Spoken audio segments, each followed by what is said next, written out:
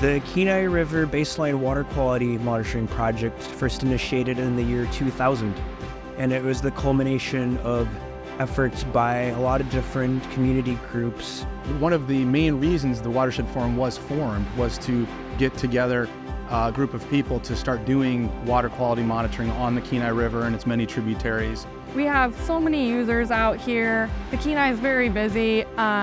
Monitoring the river is really important. And there's been some things that we've changed over the years, but we're still monitoring at those same 22 sites. From the Kenai Lake all the way down to the mouth of the river, and then several tributaries in between. And so we're collecting water samples in May and July, and then those water samples are analyzed for anywhere from bacteria to metals, definitely looking for hydrocarbons at certain times in certain places, any kind of pollutant or contaminant we can find. We're just kind of giving the river its biannual physical checkup and just comparing it to year to year to year and seeing if there's any anomalies or abnormalities. We care strongly about the fish habitat that surrounds the Kenai and our cold water fisheries. I care about for water quality is the pollution that goes into the Kenai, and so by maintaining this vegetation along the stream side, we're able to help prevent that pollution from going into the Kenai, and then to be able to test it through this project and to make sure that our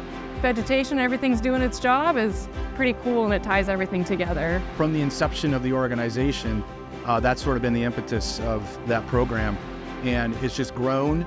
I think what's really neat about it is that you see not only our organization, but many organizations, plus just volunteers. We have several people that have just come down from Anchorage to help out. And so I think that's what's really neat about the program. Over time, it has grown, but it has grown with volunteers and other agencies, and it's a large cooperative program, unlike many that are around. So I think that's really neat to see.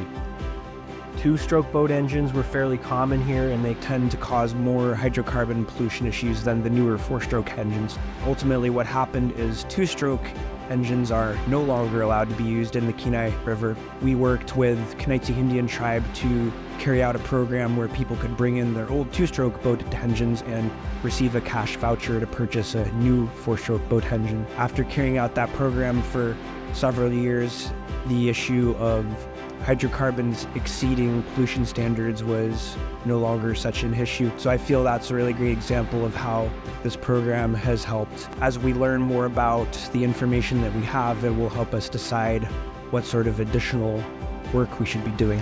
Our alloy's actively looking for volunteers.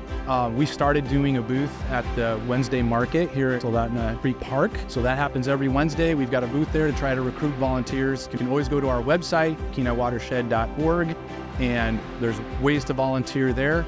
Not only this project, but we have many projects that are volunteer-centric. Stream Watch is one, and that is 80 plus volunteers a year going out, taking care of the river, talking to anglers, making sure they are accessing the river properly, not trampling, very important riparian habitats.